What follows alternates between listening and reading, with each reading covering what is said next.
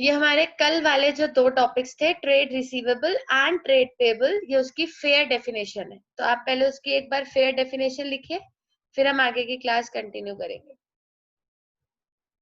Trade receivable की लिखिएगा, it is the amount receivable for credit sale of goods and services. It is the amount receivable for credit sale of goods and services. एक line छोड़ के लिखो, trade receivable is equals to debtor plus bill receivable. कल पढ़ाया था, याद होगा, debtor plus bill receivable.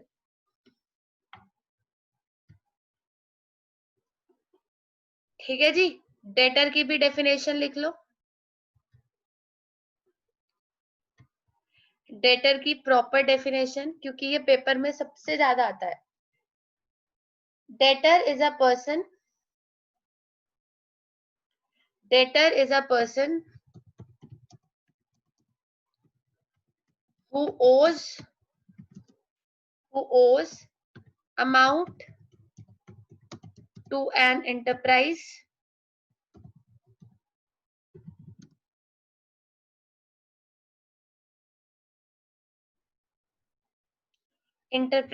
against credit sale of goods and services. Debtor is a person who owes amounts to an enterprise against credit sale of goods and services. क्योंकि इसने उधार में goods and services खरीदे हैं। Bill receivable में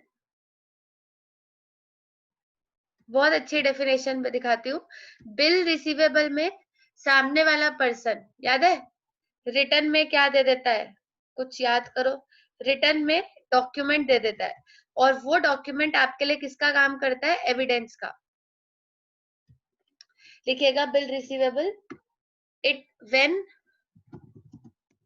bill of exchange slash document is accepted by debtor. Debtor ही हमें return में एविडेंस दे देता है।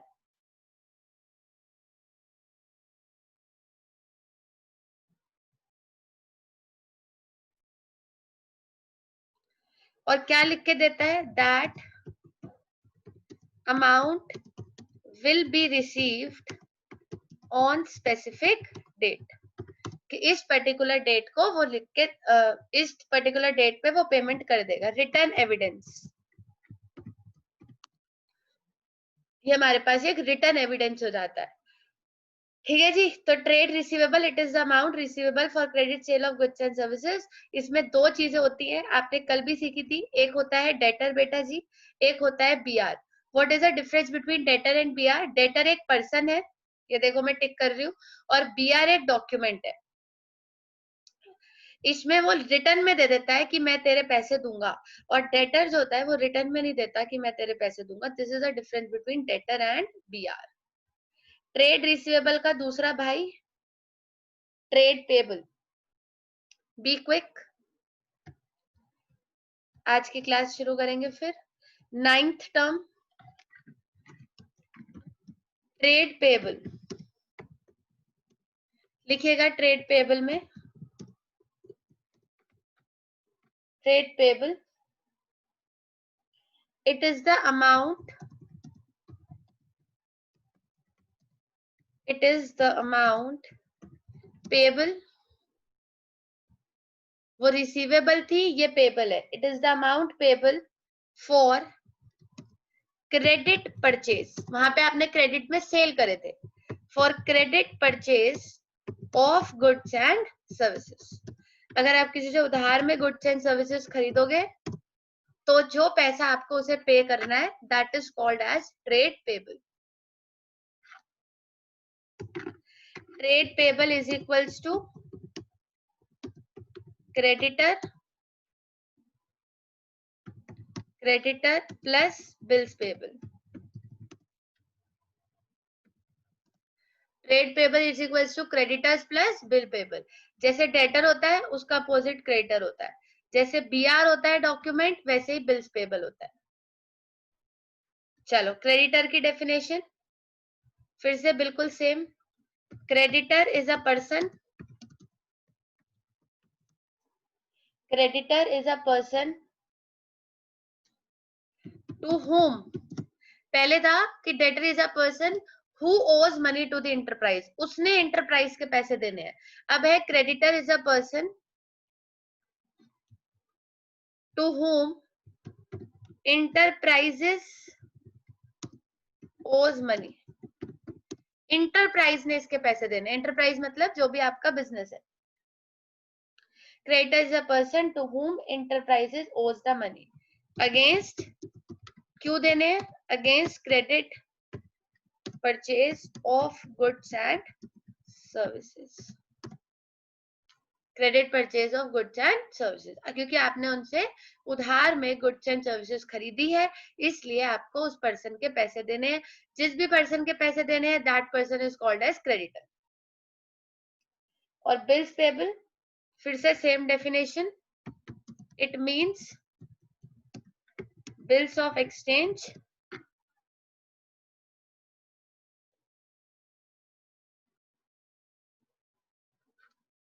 It means bills of exchange. यहां से दिखाती हूँ आपको डेफिनेशन, पीछे से देखो, when bills of exchange is accepted by the debtor that amount will be received on the specific date, यहाँ लिखिए, it means bills of exchange accepted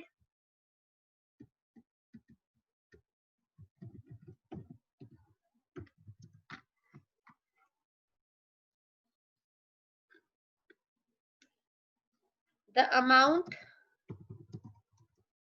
receive की जगह पे आ जाएगा, the amount will be paid on specific date, full stop, written evidence, that's it. ये हो गई कल की class, trade receivable, trade payable. अगर मुझे किसी से पैसे लेने हैं, अगर वो पर्सन है तो डेटर, अगर वो कोई डॉक्यूमेंट है तो बिल रिसीवेबल, दोनों को जोड़ के ट्रेड रिसीवेबल। अगर मैंने किसी के पैसे देने हैं दैट इज क्रेडिटर, अगर किसी बिल के अगेंस्ट पैसे देने हैं तो दैट इज बिल्स पेबल, और दोनों को जोड़ के ट्रेड पेबल। अब मैं आपसे पूछूंगी क्वेश्चन, आप फटाफट इसे नोट कर।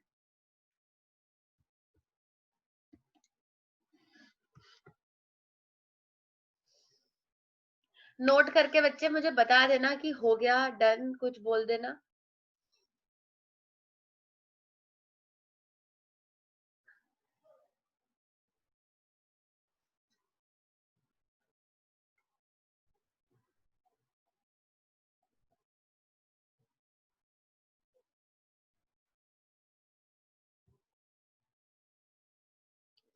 Done, Arjun, Harshita, Navjot, everybody done?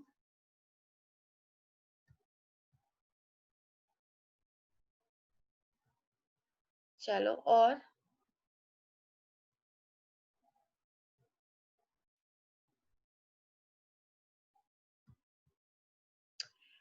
ठीक है जी, बढ़ जाए आगे। नवजोत हो गया?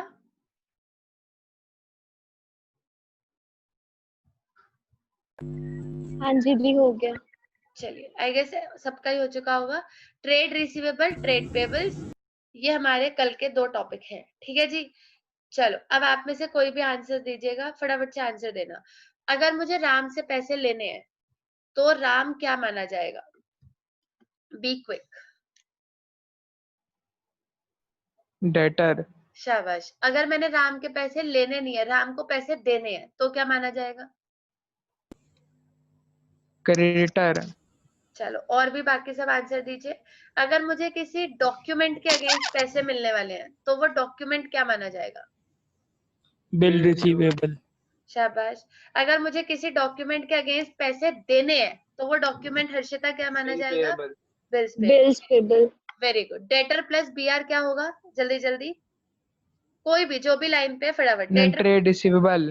Very good. और क्रेडिटर प्लस बीपी क्या होगा? Trade payable. Trade payables, very good. लिखिएगा next term, next term, 10th term. चलो लिखो फटाफट से, 10th टर्म। 10th टर्म लिखिएगा स्टॉक, और स्टॉक का दूसरा नाम इन्वेंट्री। चलो फटाफट से, स्टॉक और स्टॉक का दूसरा नाम होता है इन्वेंट्री।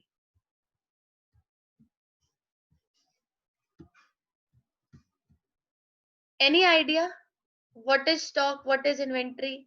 बिजनेस पढ़ रहे हैं हम, चाहे हम बिजनेस सब्जेक्ट पढ़ रहे हो, चाहे हम इको पढ़ रहे हो, चाहे अकाउंट्स पढ़ रहे हो, पढ़ तो सब में बिजनेस ही रहे हैं। तो बिजनेस में स्टॉक और इन्वेंट्री क्या होती है?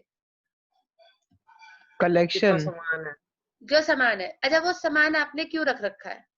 जो भी कलेक्शन है, जो भी बेचने के सामान, लिए, बेचने के लिए। That's it. फर्दर सेल के लिए है। फर्दर सेल के लिए, जो भी सामान आपके पास फर्दर सेल के लिए है, that is called as stock slash inventory. That's it. तो ये बिल्कुल एक प्रॉपर डेफिनेशन है, बस मैं इसको लैंग्वेज में लिख देती हूँ। स्टॉक और इन्वेंट्री का मतलब होता है any tangible asset. Tangible word आपने सुना था, जो फिजिकली एग्जिस्ट करता है, जिसे हम टच कर सकते हैं। याद आ गया होगा आपको, tangible, intangible, non tangible. Tangible मतलब जिन चीजों को हम टच कर सकते हैं। तो any tangible asset which is held bye an enterprise, जो आपकी दुकान पे है। और क्यों है? अभी आपने बोला for the purpose of resale. आपने उसको अपनी दुकान पे इसलिए रखा है क्योंकि आपको उसको रीसेल करना है। That is called as stock. हर बार मैं एक पुराना एग्जांपल देती हूँ, बार बार सेम, अब तो 2-3 क्लासेस में रिपीट हो गया। जैसे मान लो गोपाल फर्नीचर हाउस है, ठीक है जी। तो गोपाल फर्नीचर हाउस ने चेयर्स रखी हुई हैं, टेबल्स रखे हुए हैं, चेयर्स टेबल, ठीक है। चेयर्स रखी हुई हैं, टेबल रखा हुआ है, और अपनी दुकान पे गर्मी बहुत है आजकल, तो एसी लगवा रखा है, और बिल विल काटने के लिए कंप्यूटर, प्रिंटर, ये सब चीजें उन्होंने अपनी शॉप पे रख रखी हैं। अब आपको ये सिलेक्ट करना है कि इसमें से क्या क्या चीजें स्टॉक हैं और क्या क्या चीजें स्टॉक नहीं है। अब बताओ, चेयर स्टॉक है? चेयर टेबल, चेयर और टेबल स्टॉक है, ठीक है जी। चेयर स्टॉक है, टेबल स्टॉक है, क्योंकि because this is for the purpose of resale.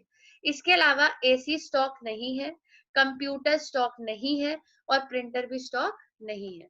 और what is another name of stock? The another name of stock is inventory. तो any tangible asset which is held by the enterprises for the purpose of resale is called as stock. और stock का दूसरा नाम क्या होता है? Inventory. बताओ, आ गया समझ में? कोई भी टेंजेबल एसेट जो एंटरप्राइजेस ने रख रखा है क्योंकि उन्हें उसे रीसेल करना है, दैट इज स्टॉक। अब एक और चीज सुनो, स्टॉक के 3 पार्ट होते हैं। आगे बढ़ते हैं। स्टॉक के, जो भी स्टॉक होता है या जो भी इन्वेंट्री होती है, वो इन्वेंट्री के 3 पार्ट होते हैं। सेम गोपाल फर्नीचर हाउस के एग्जांपल से समझेंगे, ठीक है। ये स्टॉक और इन्वेंट्री के 3 पार्ट्स। सबसे पहला पार्ट होता है रॉ मटेरियल, ठीक है।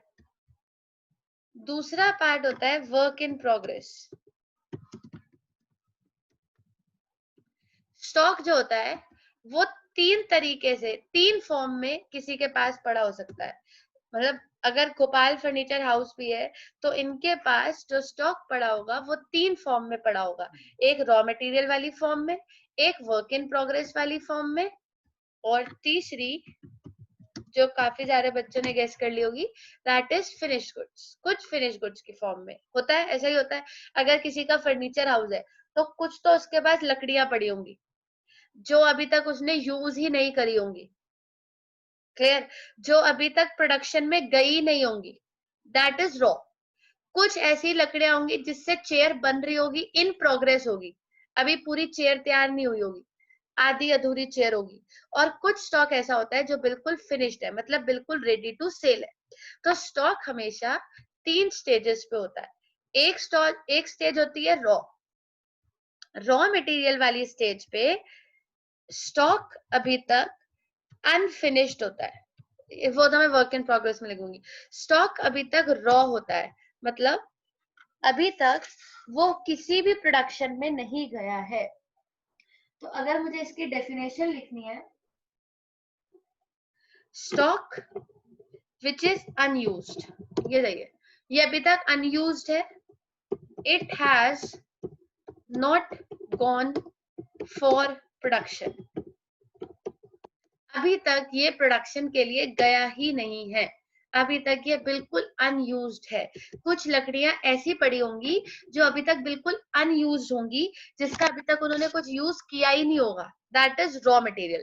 तो कुछ स्टॉक रॉ मटेरियल का होता है, कुछ स्टॉक होता है वर्क इन प्रोग्रेस का। वर्क इन प्रोग्रेस मतलब जो स्टॉक अनफिनिश्ड है। अनफिनिश्ड मतलब अभी तक उस पर थोड़ा बहुत काम चल रहा है, अभी थोड़ा काम हुआ है, अभी पूरा नहीं हुआ है। और फिनिश गुड्स का मतलब होता है जो स्टॉक पूरी तरीके से रेडी है, पता भी है किस चीज के लिए रेडी है, फटाफट बोलो। जो स्टॉक रेडी है फॉर सेल, ये वो वाला, सेल। हाँ एग्जैक्टली, वेरी गुड। ये वो वाला स्टॉक है जो सेल के लिए बिल्कुल रेडी है। तो हर कंपनी के पास, हर इंटरप्राइज के पास, हर बिजनेस के पास, हर फर्म के पास स्टॉक 3 लेवल्स पे होता है, 3 स्टेजेस पे होता है। एक होता है रॉ स्टॉक। रॉ स्टॉक मतलब हिंदी में बोलोगे जो कच्चा सामान है, जो अभी पड़ा है बस ऐसे, अभी तो उसको यूज भी नहीं किया, that is unused. Work in progress मतलब जिसपे आधा काम हो चुका है, आधा अभी रहता है, अभी वर्क इन प्रोग्रेस है। और फिनिश गुड मतलब जो स्टॉक बिल्कुल रेडी है, और बिल्कुल रेडी है किस चीज के लिए, सेल के लिए। The stock which is ready for sale, ये वो स्टॉक है जो सेल करने के लिए बिल्कुल रेडी है। I hope it's clear. ठीक है जी, ये वो वाला स्टॉक है जो सेल होने के लिए बिल्कुल तैयार है, आप इसको कभी भी सेल कर सकते हो। तो इसलिए व्हाट इज स्टॉक, एक हमने टर्म उठाई है आज, स्टॉक। तो any tangible asset which is held by the enterprises for the purpose of resale is called as stock. अगर वो आपके पास कच्ची फॉर्म में है तो दैट इज रॉ मटेरियल। अगर वो बीच वाली फॉर्म में अभी फिनिश्ड भी नहीं बना और बिल्कुल रॉ भी नहीं है तो that is work in progress. और अगर वो बिल्कुल रेडी है तो दैट इज फिनिश्ड। क्लियर है? फटाफट से नोट करिए, नेक्स्ट टर्म पे चलते हैं। अगली टर्म बहुत इंटरेस्टिंग है, आपको अच्छी लगेगी, फटाफट से नोट कर लो इसको।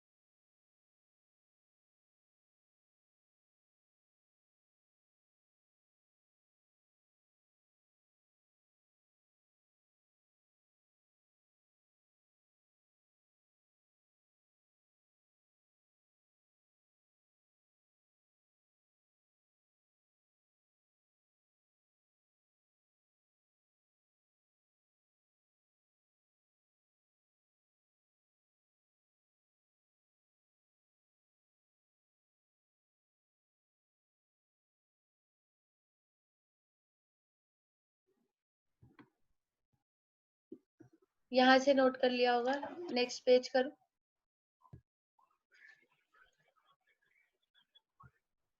बढ़िया, आजकल गर्मी में कहीं जाना भी नहीं है, ट्यूशन ट्यूशन ही घर आ गई। हाँ। चलो करो नोट।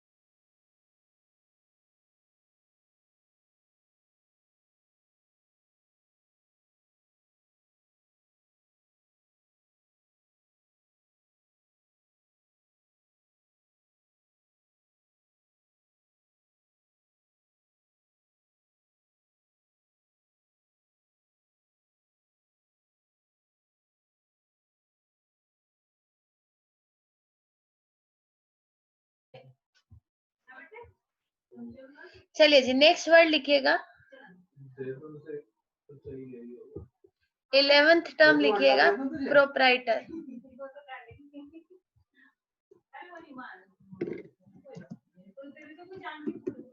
प्रोप्राइटर।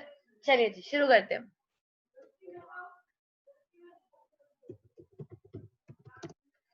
प्रोप्राइटर, हाँ जी, रेडी आई गेस, नोट हो चुका होगा। सुना है ये वर्ड कभी? आप थोड़ा सा इन्वॉल्व होना शुरू करो, थोड़ी सी बोलोगे तो डिस्टरबेंस तो होगी, कोई बात नहीं, लेकिन आप बोल सकते हो, आप बोलो, हम आपके आंसर सुन सकते हैं। प्रोप्राइटर का मतलब क्या होता है? कोई भी,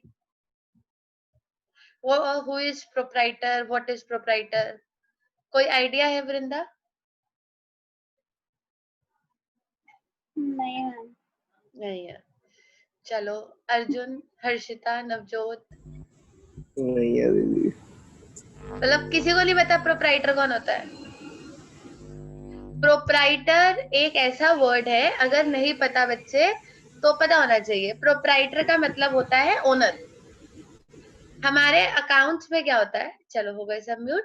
हमारे अकाउंट्स में क्या होता है, कुछ वर्ड्स ना हमारे अलग है, वैसे इसमें कुछ अलग नहीं है। आप मतलब कि आजकल नॉर्मल इंग्लिश में भी कोई ओनर नहीं बोलता है खुद को, हर कोई खुद को प्रोप्राइटर ही बोलता है। प्रोप्राइटर मीन्स जैसे अगर मेरा कोई बिजनेस है, तो मैं उस क्या बोलोगे आप मुझे कि मैं उस बिजनेस की ओनर हूँ, ऐसा बोलते हो कि दीदी इस बिजनेस की ओनर है। तो आजकल एक ओनर का अच्छा वर्ड आया है, प्रोप्राइटर। तो ओनर नहीं बोलते, ओनर पुराना वर्ड हो गया। अब हम ओनर की जगह, ओनर का जमाना गया, अब हम ओनर की जगह जो वर्ड यूज करते हैं दैट इज प्रोप्राइटर। तो हम ओनर की जगह वो वर्ड यूज करते हैं दैट इज प्रोप्राइटर। प्रोप्राइटर की डेफिनेशन अगर बताऊं तो proprietor is a person who invest money into the business.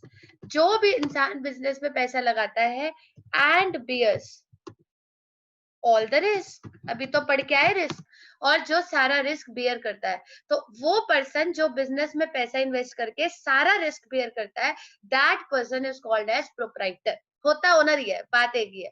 तो ओनर का ही जो नया नाम है दैट इज प्रोप्राइटर। अच्छा, एक नाम और बता सकते हो कोई, वो भी आजकल बहुत फेमस है, ओनर का कोई और नाम? चलो प्रोप्राइटर तो होता ही है, एक नाम आजकल ओनर का और है जो बड़ा फेमस है, मतलब बहुत चल रहा है, दैट इज, सुना होगा आपने, एंटरप्रेन्योर। तो ओनर हो, प्रोप्राइटर हो, एंटरप्रेन्योर हो, सब एक ही बातें हैं। The person who invest the money into the business and bears all the risk is called as proprietor. तो ये अकाउंट्स के कुछ वर्ड्स हैं जो आपको याद होने चाहिए। आज ये क्लास खत्म हो जाएगी, ये चैप्टर खत्म हो जाएगा जिसमें सारी टर्म्स हैं। देखो एक हल्का सा रिकैप दूं आपको पीछे से। कैपिटल, जो पैसा बिजनेस में इन्वेस्ट होता है दैट इज कैपिटल। जो पैसा आप बिजनेस से घर ले जाते हो दैट इज ड्रॉइंग्स। दो लोगों के बीच में जब गुड्स का लेन देन होता है दैट इज ट्रांजेक्शंस। जो बिजनेस के हक होते हैं जैसे फर्नीचर, बिल्डिंग, लैंड, जो भी, जिस भी चीज का मालिक एक बिजनेसमैन है दैट इज एसेट्स। जो उस पे कर्जे होते हैं दैट इज लाइबिलिटीज। जो वो गुड्स को या एसेट्स को सेल करके कमाता है दैट इज रिसिप्ट।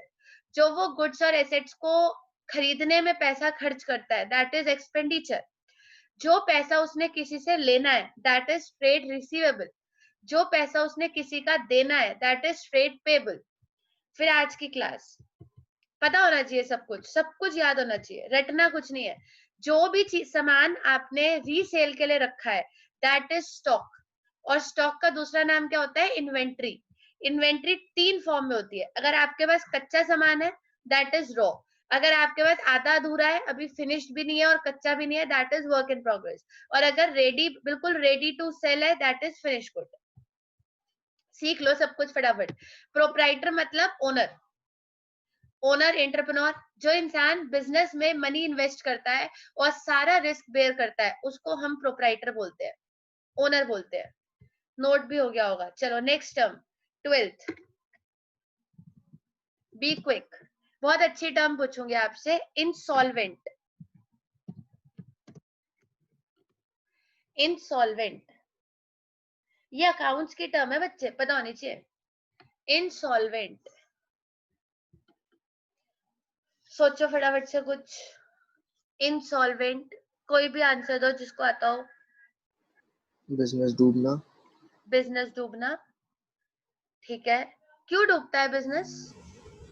हमने दो वर्ड्स पढ़े थे, एक वर्ड पढ़ा था एसेट्स, एक वर्ड पढ़ा था लायबिलिटीज, और मैंने आपको इसके हिंदी नाम भी बताए थे।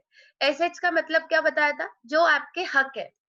और कर्जा। एग्जैक्टली तो लायबिलिटी। लायबिलिटी। तो जब ऐसा हो जाता है ना बच्चे, बहुत ध्यान से देखना साइन को, ये देखो साइन, जब हमारी जो लायबिलिटीज है वो एसेट से ज्यादा हो जाती हैं, हम पे बहुत ज्यादा कर्जा हो जाता है, तो बिजनेस भी डूबता है, पर्सन भी डूबता है, कोई भी डूब सकता है।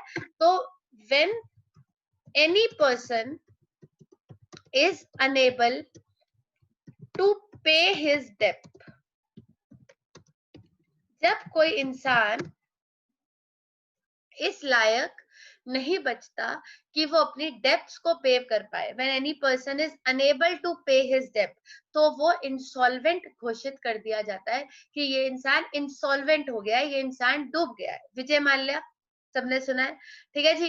तो विजय माल्या के साथ क्या हुआ? उसके बिजनेस पे इतना कर्जा हो गया था कि वो अपना कर्जा ही नहीं चुका पा रहा था, तो फिर उसको इंसॉल्वेंट घोषित कर दिया गया कि किंगफिशर इंसॉल्वेंट हो गया है, मतलब किंगफिशर डूब गया है। तो किंगफिशर जो भी बिजनेसेस कर रहा है वो सारे सरकार ने खरीद लिए, काइंड ऑफ, ठीक है जी। तो when any person is unable to pay his डेब्ट, जब कोई इंसान अपने कर्जे पे नहीं कर पाता है तो उसको इंसॉल्वेंट घोषित कर दिया जाता है। बताओ कुछ पूछना है तो, नहीं तो आगे आगे चलूं मैं। छोटी छोटी टर्म्स है, बड़ी बड़ी तो खत्म हो गई। एक टर्म आती है ये अकाउंट्स की बड़ी फेवरेट टर्म है, बैड डेप्ट। बैड डेप्ट, चलो जल्दी से सोचो। आप सही आंसर्स दे रहे हो, आप जितने आंसर्स दोगे उतना कॉन्फिडेंस आपको भी आएगा और मुझे तो आएगा ही आएगा। चलो, व्हाट इज बैड डेप्ट? बुरा कर्जा। ठीक है, और बैड डेप्ट मींस एनी इररिकवरेबल अमाउंट। बहुत ध्यान से समझिएगा, अगर कोई भी अमाउंट, एनी, थोड़ा नीचे लिखती हूँ मैं आपके लिए, any irrecoverable amount, any irrecoverable amount, any irrecoverable amount समझते हो? कोई भी पैसा जिसका मिलने का चांस अब है ही नहीं। होता है ना, आपका कोई दोस्त है, उसने आपसे 1 साल पहले पैसे लिए थे, अब 1 साल से आपने उसको अपने डेटर मान रखा है। बहुत ध्यान से सुनना मेरी बात को। एनी इररिकवरेबल अमाउंट जो कि पहले किसमें इंक्लूडेड थी? डेटर में। अभी पहले ध्यान से सुनो 2 मिनट, किसमें इंक्लूडेड थी? डेटर में। डेटर वो पर्सन होता है जिससे मैंने पैसे लेने हैं। अब मैंने ना बड़े सालों से मोहन को अपना डेटर मान रखा था कि मोहन मेरा डेटर है, मोहन मेरी फीस देगा देगा देगा। 1 साल हो गया, 1 साल पहले मोहन मेरा स्टूडेंट था, अब 1 साल से मैं मोहन को रिमाइंडर दे रही हूँ, फीस फीस वो भी दीदी दे रहा हूँ दे रहा हूँ दे रहा हूँ। अब मोहन का फोन मिलना बंद हो गया, अब व्हाट्सएप भी बंद हो गया, अब मैं समझ चुकी हूँ कि मेरे पैसे नहीं आने वाले हैं। तो अगर कभी भी बिजनेस में आपको ऐसा लगे कि कोई पैसा आपका इररिकवरेबल हो गया है, any irrecoverable amount from debtors, पहले तो ये डेटर्स में ही थे, लेकिन अब ये डेटर्स के वो अमाउंट है जो इररिकवरेबल हो चुके हैं, जो हमें पता है कि भाई अब तो ये देने वाला है नहीं, ये टाइम वेस्ट कर रहा है अपना भी और मेरा भी, तो that is called as bad debt. Bad debt means ऐसा पैसा जो इररिकवरेबल हो गया हो। इसी के साथ साथ एक और टर्म बताती हूँ आपको यहीं पे, फिर आप चाहे नोट कर लीजिएगा। टर्म बहुत अच्छी है, हमारी 14th टर्म है, bad debt recovered.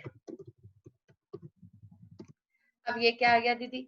Bad debt recovered मतलब, अब जैसे मेरे को लगा था कि अब तो पैसा मिलने वाला है नहीं, तो मैंने उसको बैड डेट मान लिया। Any irrecoverable amount from debtors is called as bad debt. मैंने तो उसको बैड डेट मान लिया कि भाई ये सामने वाला बंदा अब तो फोन भी नहीं उठाता, अब तो इसका व्हाट्सएप पे भी रिप्लाई नहीं आ रहा, अब तो इसने मुझे हर जगह से ब्लॉक कर दिया है, तो मतलब मोहन मेरे पैसे नहीं देने वाला। बट एक दिन ऑल ऑफ दी सडन पता नहीं कहाँ से सूरज उगा और मोहन का फोन आया, और मोहन ने कहा भाई ये लो पैसे। तो अब मैं उस पैसे को डेटर से तो ऑलरेडी हटा चुकी थी। क्यों हटा चुकी थी? क्योंकि मेरा विश्वास ही उठ चुका था, मैं तो उसको बेड डेप मान चुकी थी। तो अगर आपका बेड डेप हुआ हुआ पैसा वापस मिल जाए तो that is called as bad debt recovered, क्योंकि आप उसको अपनी बुक्स में क्या मान चुके थे, bad debt. Any bad debt which is recovered later. भाई आपने उसे बेड डेप मान लिया था क्योंकि आपके हिसाब से आपने ये सोचा था कि अब ये पैसा कभी भी नहीं आएगा, बट अचानक से आ गया, तो that is bed debt recovered. अब मैंने चारों एक जैसे पॉइंट्स लिए हैं, फटाफट से चारों को देखो। प्रोप्राइटर मींस ओनर, जो इंसान बिजनेस में पैसा इन्वेस्ट करता है और सारा रिस्क लेता है। इंसॉल्वेंट मतलब जब कोई इंसान डूब जाता है। बेड डेप मतलब जब पैसा डूब जाता है। और बेड डेप रिकवर्ड मतलब जब बेड डेप हुआ हुआ पैसा अचानक से एक दिन वापस आ जाता है, that is bed debt recovered.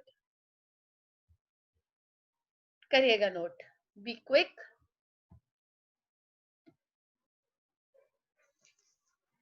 हम अपनी नेक्स्ट टर्म पे चलते हैं। नेक्स्ट और आई गेस हाँ लगभग लास्ट ही है, एक दो टर्म्स और हैं। नेक्स्ट टर्म है मेरी, फिर आप नोट कर लीजिएगा,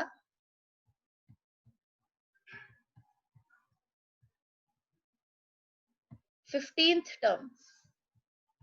बड़ी अच्छी टर्म है, हर टर्म को अच्छा बोलती हूँ मतलब। 15th टर्म है वाउचर। वाउचर, हाँ जी, 15th टर्म है मेरी वाउचर। What is voucher? चलो बताओ, अकाउंट्स में क्या रिकॉर्ड करते हैं? अकाउंट्स में क्या रिकॉर्ड करते हैं, सोच के बताना। Transactions. Transactions, very good. Accounts में क्या रिकॉर्ड करते हैं? ट्रांजेक्शंस। क्या हम किसी ट्रांजेक्शन को छोड़ सकते हैं? फटाफट से आंसर दो और सब आंसर दो, एक दो को नहीं देना, सबको देना। क्या हम किसी ट्रांजेक्शन को छोड़ सकते हैं? छोड़ सकते।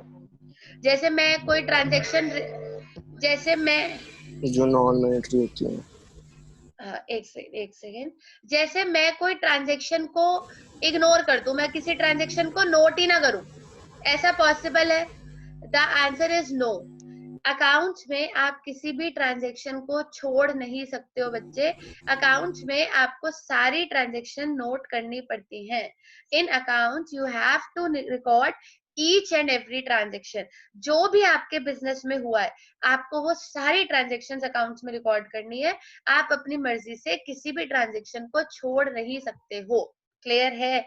और जब आप ट्रांजेक्शन्स को रिकॉर्ड कर रहे होते हो, अब आएगी सबसे मेन बात, एविडेंस ऑफ ट्रांजेक्शन जरूरी है।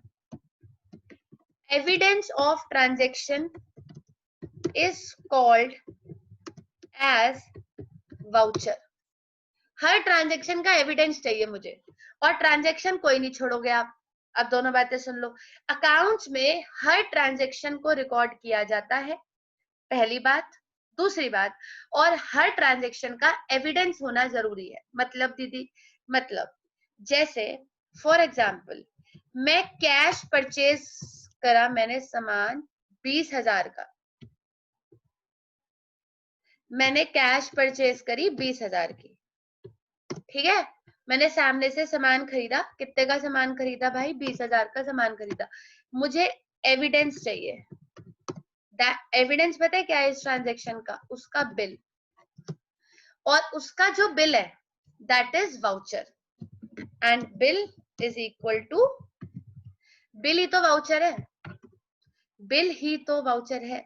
और हर ट्रांजेक्शन का एविडेंस होना जरूरी होता है। एक सेकंड, हर ट्रांजेक्शन का एविडेंस होना जरूरी होता है। बिना एविडेंस के आप कोई भी ट्रांजेक्शन रिकॉर्ड नहीं कर सकते हो। मुझे हर चीज के बिल्स, रिसिप्ट, इनवॉइसेस, हर चीज अकाउंट्स में लगानी पड़ती है फाइल में। बहुत इंपॉर्टेंट बात आ रही हूँ, अकाउंट्स की फाइल में मुझे ये सारी चीजें लगानी पड़ती हैं। ठीक है जी, तो ये एक हमारी लास्ट टर्म है, इसको फटाफट से ले लेते हैं, दैट इज डेप्रिसिएशन। अब आप बोलो what is depreciation? Reduction in the value of fixed assets. Fixed assets की वैल्यू में जो गिरावट आती है, क्यों आती है? क्योंकि हम उस चीज को यूज करते हैं और टाइम के साथ साथ, उसको हम डेप्रिसिएशन कहते हैं। जैसे कि 2015 में एक गाड़ी की वैल्यू 8 लाख थी, अब उसकी वैल्यू 2020 में 3 लाख हो गई, तो डेप्रिसिएशन कितना हो गया? 5 लाख। और बच्चे दुनिया में जितने भी एसेट है, प्रॉपर्टी को छोड़ दो, क्योंकि बच्चे मुझे आंसर देते हैं कि दीदी प्रॉपर्टी में तो नहीं ऐसा होता, प्रॉपर्टी की वैल्यू तो बढ़ती है। तो ऐसा नहीं है, अगर प्रॉपर्टी की वैल्यू बढ़ती है तो डेप्रिसिएशन का उल्टा हो गया, एप्रिसिएशन। और अगर गिरती है तो that is depreciation. Her property की वैल्यू थोड़ी बढ़ती है। तो अगर आपकी प्रॉपर्टी की वैल्यू बढ़ रही है दैट इज एप्रिसिएशन, और अगर वैल्यू गिर रही है that is depreciation. Depreciation means reduction in the value of fixed assets due to usage and time. तो टोटल, इन टोटल ये चैप्टर हमारा खत्म हो चुका है, और इस चैप्टर में हमारे पास 16 टर्म्स हैं। अगर किसी भी टर्म में आपको डाउट है, नोट करना है तो आप बताओ, नहीं तो हम कल नेक्स्ट वीडियो में थर्ड चैप्टर स्टार्ट करेंगे which is very important, principles of accounts, कि अकाउंट्स में क्या क्या प्रिंसिपल्स अप्लाई होते हैं। और प्रिंसिपल्स पढ़ने बहुत जरूरी है। जब तक आप प्रिंसिपल नहीं पढ़ोगे आपको समझ में नहीं आएगा कि अकाउंट्स करते हुए क्या क्या प्रिंसिपल्स को फॉलो करना है। तो कल हम नया चैप्टर स्टार्ट करेंगे, third chapter, principles of accounts. इसमें से कोई भी टर्म में आपको डाउट है तो आप पूछ सकते हैं,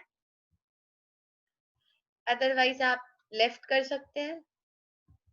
कल नेक्स्ट क्लास स्टार्ट करेंगे। आज की टर्म्स थी हमारी ट्रेड रिसीवेबल, ट्रेड पेबल,